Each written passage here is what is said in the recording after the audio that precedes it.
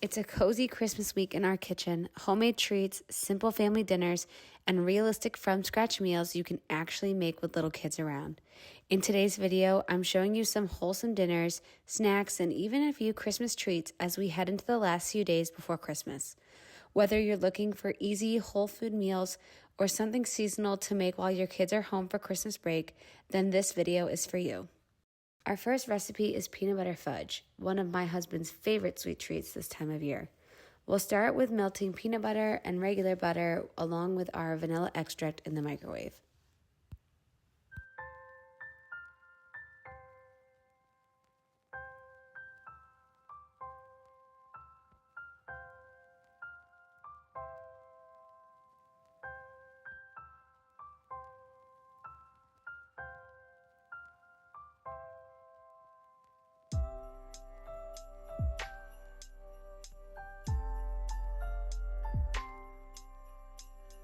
When it's done, I will sift in our powdered sugar.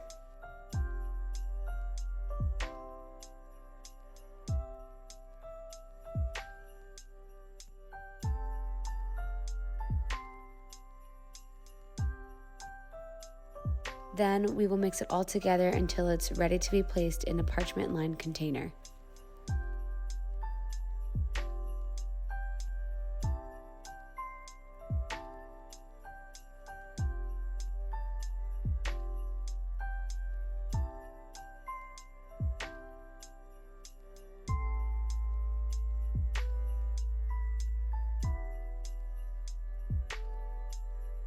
To make it more Christmassy, I'm just sprinkling some green and red sugar sprinkles, and this will go in the fridge until it firms up, which takes about 3 to 4 hours. While the fudge is in the fridge, we're going to start gingerbread cookies. And I don't know about you, but I do not like my gingerbread cookies crunchy. I actually feel this way about most cookies. I prefer them to be soft and fudgy, and just, I'm not a crispy cookie girl. So the recipe that I'm using does meet that requirement.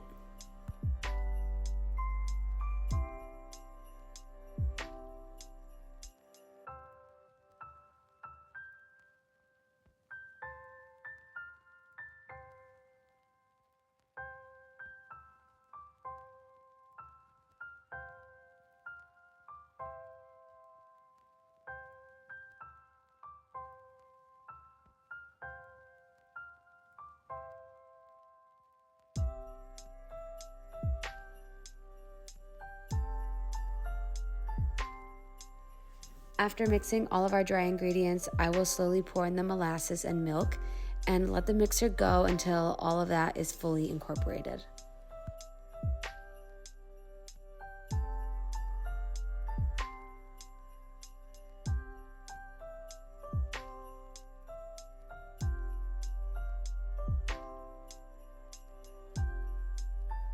After the dough is mixed, we're going to separate it into 2 sections and place each section in between 2 pieces of parchment paper.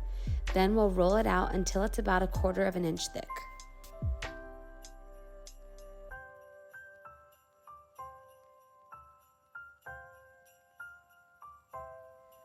At this point, we'll place it on a cookie sheet, and this will go in the freezer for a minimum of 30 minutes.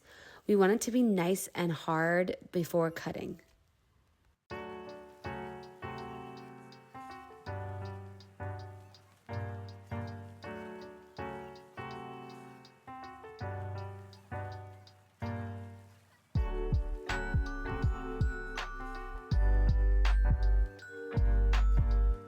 I always love hearing what other people are doing this time of year, so be sure to leave a comment of your favorite Christmas recipe or favorite Christmas tradition.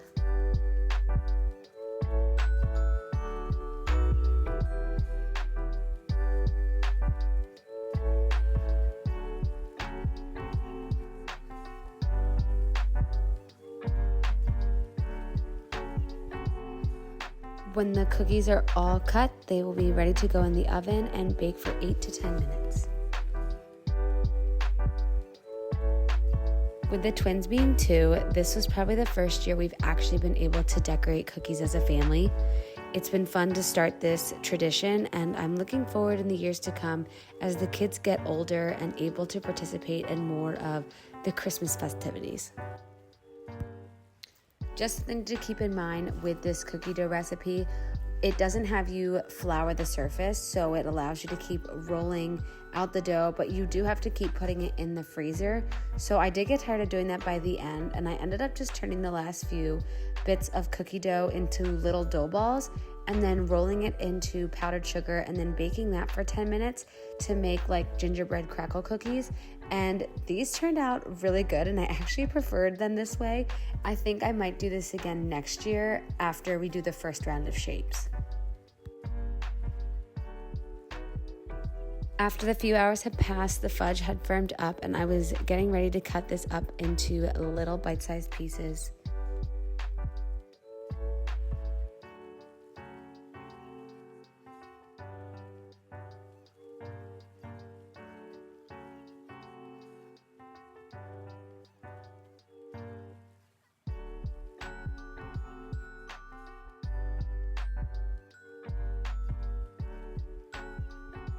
This fudge was great, and I love that it was such limited ingredients. It's an added bonus that the kids loved it as well.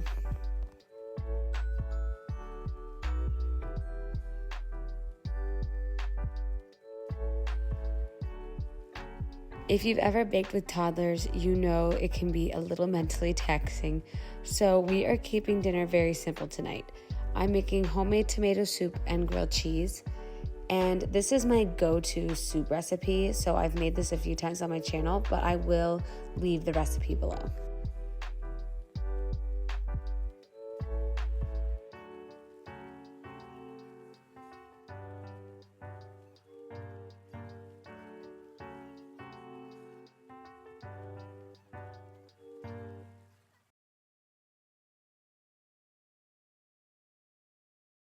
For the grilled cheeses, I'm using my homemade sourdough and some leftover hamburger buns that I had, and I wanted to add a little bit more protein into this meal.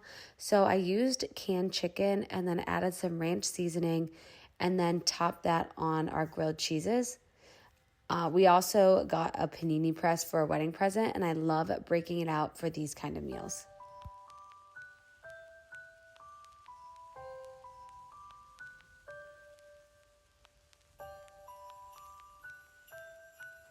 As the sandwiches are toasting, I'm going to add our final ingredient to the soup, which is full-fat coconut milk, but you can definitely substitute this for regular cream.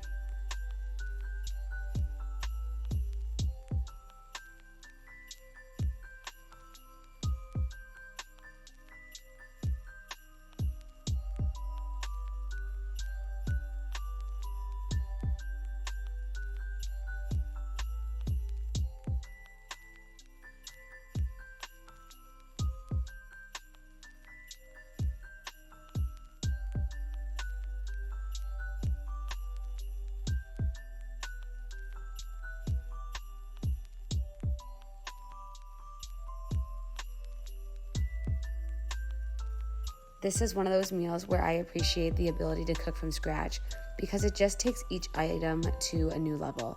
It was such a cozy meal to wrap up our Christmas-themed weekend. Now that the weekend has come to an end, it is Monday, so I need to start some of my food prep for the week. And in my food processor, I'm making flourless cranberry muffins. I'm excited to eat these for pre-workout snacks. Also, I feel like nothing screams Christmas like cranberries. So in the food processor, I'm dumping all of my ingredients and blending that until it just becomes this liquidy concoction.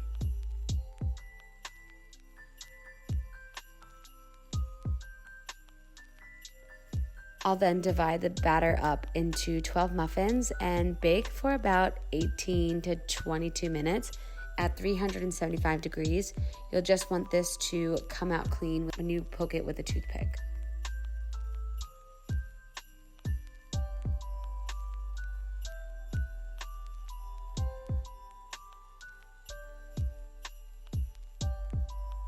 While those are going, my daughter and I are going to make the family egg bake, but I ran out of spinach, so it's just gonna be eggs, salt, and pepper this week. If you're looking for a make-ahead breakfast on Christmas morning, this is a great idea because you can make it ahead of time.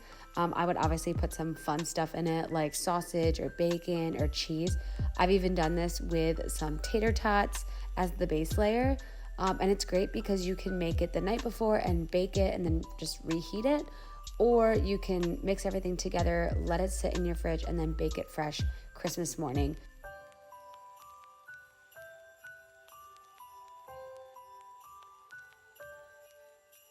To serve with their eggs each morning, I wanted to make a sheet pan chicken sausage. There's this brand of chicken sausage I really enjoy from the grocery store, but I just can't justify the price. So I took a picture of the ingredients and I wanted to try and replicate it with the seasonings that I have. After mixing in a combination of salt, garlic powder, pepper, rosemary, and maple syrup, I spread my meat across an aluminum foil-lined pan, and this will go in the oven at 400 degrees until it's cooked through to 165 degrees. And this is just the easiest way to prep sausage, so you don't have to babysit the frying pan, and then the grease doesn't splatter everywhere. It is great, and you could do this with a ground pork sausage as well.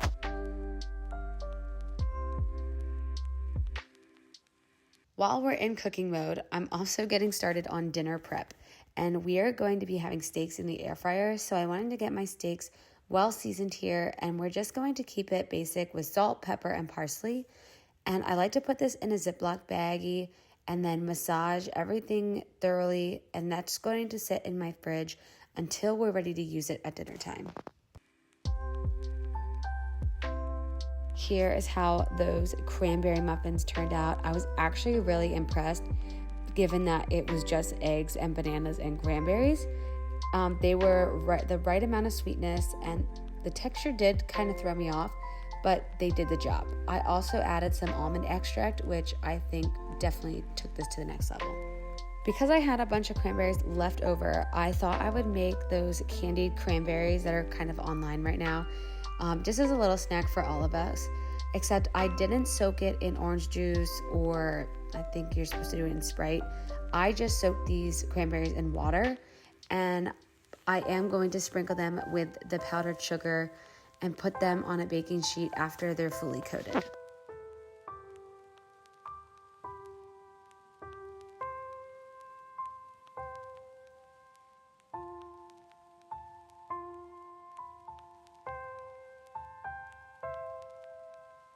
These are not going to take long at all. They're only going to cook for about 5 minutes. I don't think I used enough powdered sugar on these because they didn't really get that full sugar crust on them that they're supposed to, but they were still really good, and my twins could not get enough of them.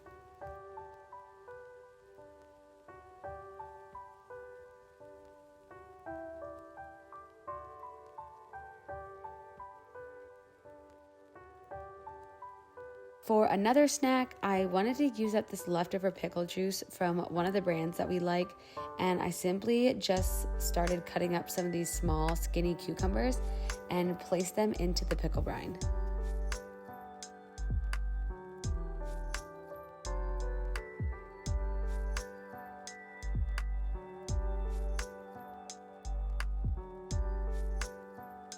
I let these sit in the fridge for at least 24 hours before we enjoyed them, and I was happy to not let all of that brine go to waste. These actually turned out really nice. It is now dinner time, so I'm ready to finally cook my steaks, and I'm just putting these in a preheated air fryer, and I'm gonna cook these for like 8 minutes on each side.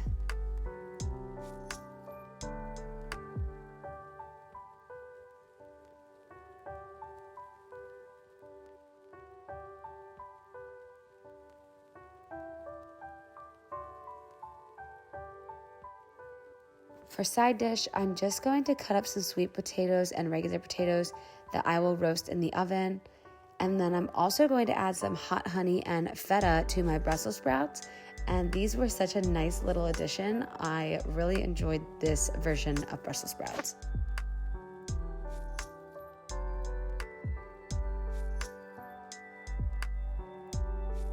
The steak ended up turning out really nice. There was that nice layer of pink inside.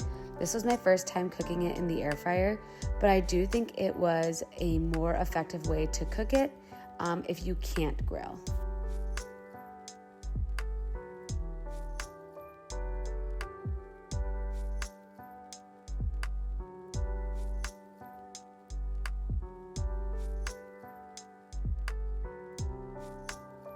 These types of meals are my favorite to make because they are nourishing and simple.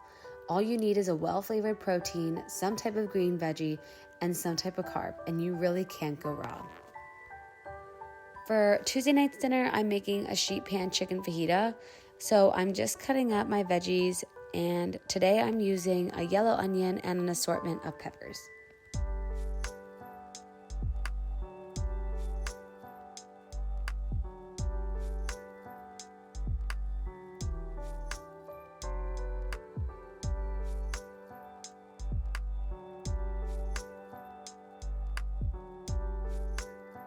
For the chicken, I'm gonna cut it into little chunks and keep the seasonings very simple with only salt and tahini. You could use taco seasoning here, but I wanted to have some flexibility in how I used the chicken for leftovers later this week.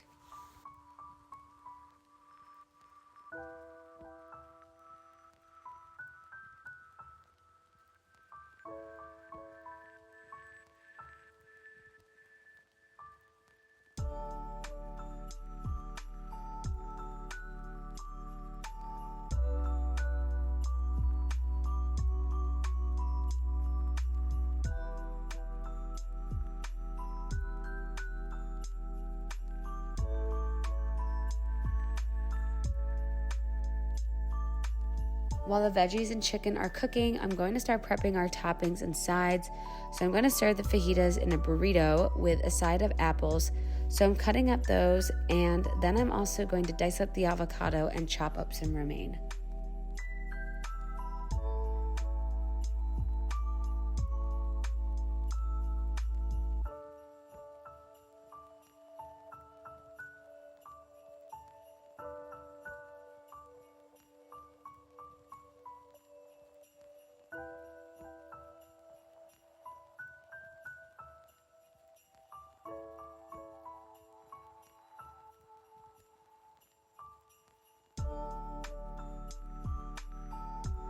It's time to fill these babies up, and if you're using store-bought tortillas, just be sure you warm them up in the microwave so that they don't tear on you while you're rolling it up.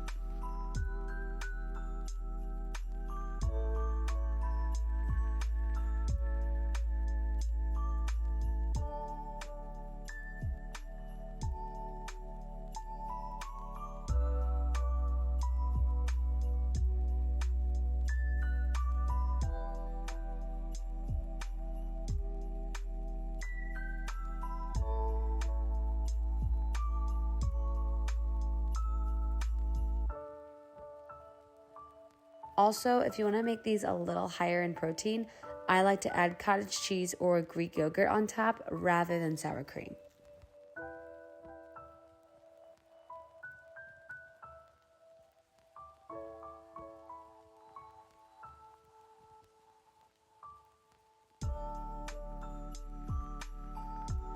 For one of the final meals this week, I'm making a chicken pot pie, totally from scratch, and to start off, I'm making my homemade pie crust. I have found that grating in the butter works out better for me than trying to use a pastry blender or a knife. I think this just allows the layers to develop in the crust, and it just makes it more flakier.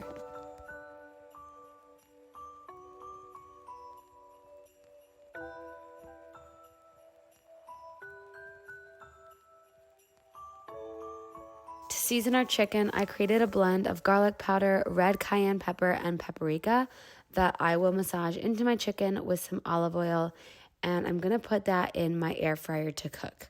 I also added some salt and pepper to this as well.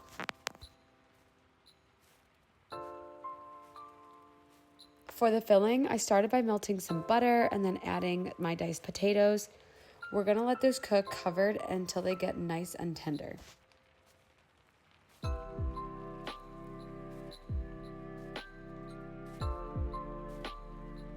After cooking for about 8 minutes on each side in the air fryer, the chicken was ready.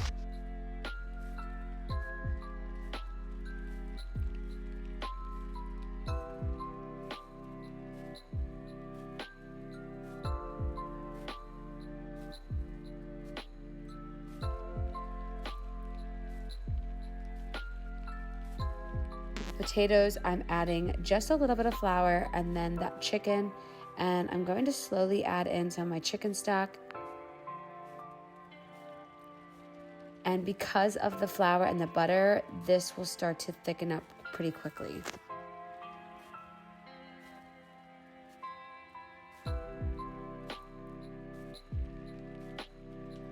For more richness, you could add heavy cream here, but I'm just gonna go in with some whole milk to create that gravy.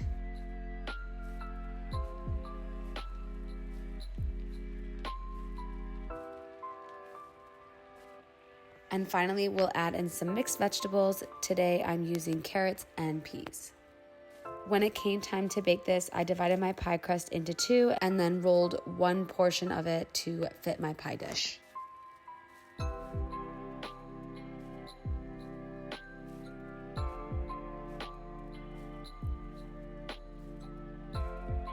Then, to avoid the bottom getting soggy, I did an egg wash, and I'm going to bake this for a quick 5 minutes, and at that point we will be able to fill it in with our chicken filling, and then finally top it off with that second half of the dough.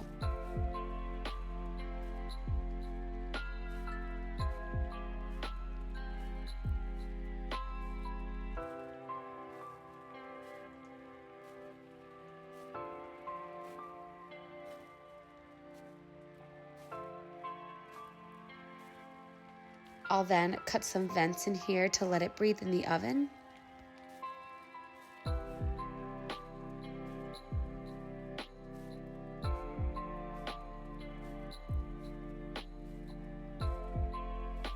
And lastly, we will put an egg wash on before putting it in to bake. Besides some inconsistencies with my pie crust thickness, I was thoroughly satisfied with how this dish came out. It really was such a comforting meal. If you made it this far, thanks so much for watching. I hope you got some new ideas of delicious and wholesome foods to make in your kitchen.